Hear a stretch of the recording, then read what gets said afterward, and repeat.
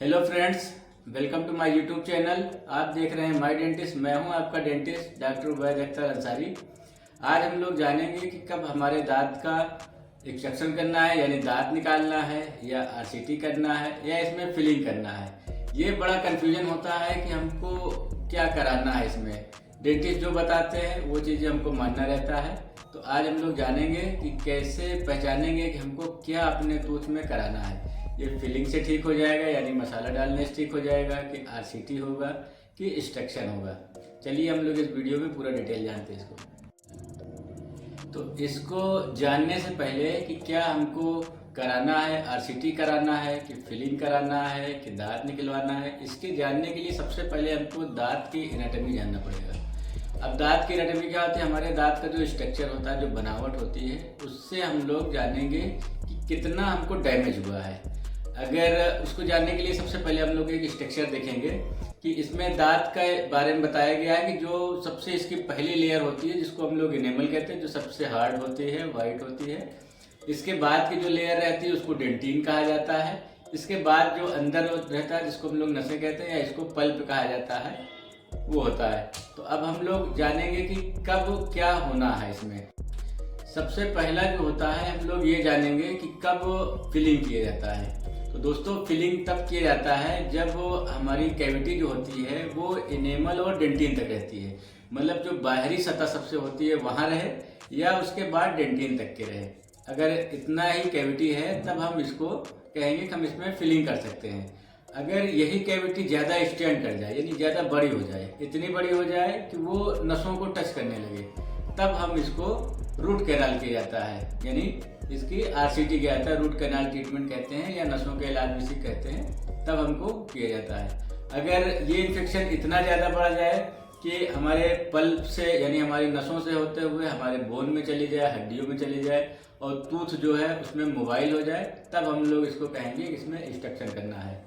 तो हम लोग एक एक करके जानेंगे कि कब क्या इसमें होना है। जनरली फिलिंग को हम लोग मसाला भरना कहते हैं आम बोलचाल की भाषा में। इसका जो साइंटिफिक नेम होता है या जो डेंटिस्ट का नेम होता है, उसको रिस्टोरेशन कहते हैं। रिस्टोर माने होता है चीज़ों को फिर से बना देना। तो हम लोग इसमें फिलिंग के लिए कई चीज़ें इस्तेमाल की जाती हैं। जैसे सबसे पहले ट्रेडिशनल फिलिंग में आता है अमलगम फिलिंग यानी चांदी भरना।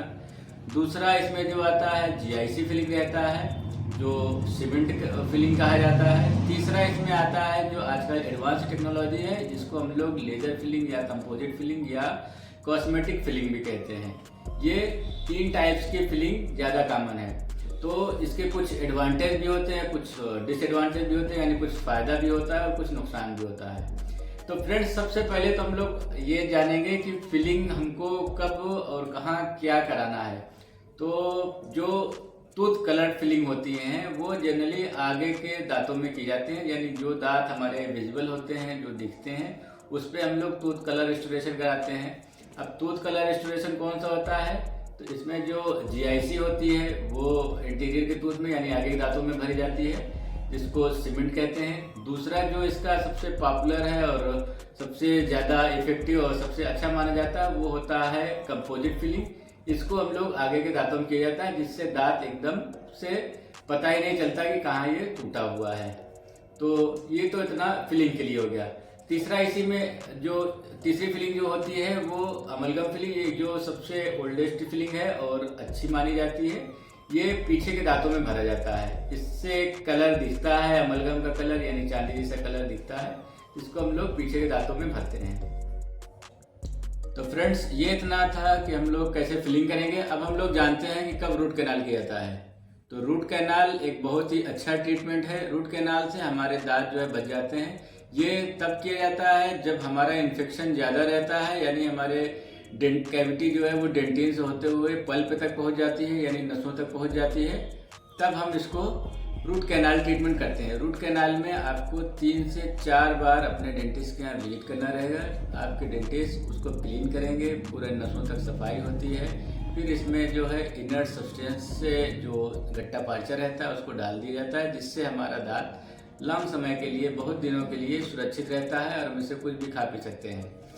सेफ्टी के लिए इस पर हम लोग कैप लगवाते हैं। कैप से दांत काफ़ी मजबूत हो जाता है और हम लोग इसको अच्छे से खा पी सकते हैं। आगे के दांतों में दांत के कलर का कैप लगता है, जिसको हम लोग सिरेमिक कैप या जिरकोनिया कैप कहते हैं।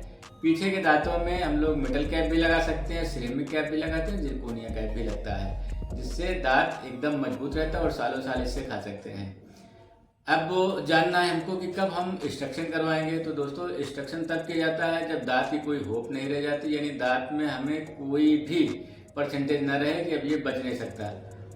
जब वो इसकी पैथोलॉजी इतना ज़्यादा हो जाए कि अब हम इसको रखेंगे तो इससे बार बार ये दिक्कत करता रहेगा, तो हम लोग इसको एक्सट्रैक्ट कर देते हैं। और एक्सट्रैक्शन तब किया जाता है जैसे दांत मोबाइल हो जाए या कोई ऐसी पैथोलॉजी रहे कि ये बार बार होगी, तो उसको हम लोग निकाल देते हैं। दांत को निकाल देने के बाद जब वहाँ हील हो जाए तो आप इस पर ब्रिज लगवा सकते हैं। ब्रिज कहते हैं अगल बगल के दांत को सपोर्ट लेके इस पे दांत का एक ब्रिज बना दिया जाता है, जिससे आप खा पी सकते हैं और कोई दिक्कत नहीं होती है।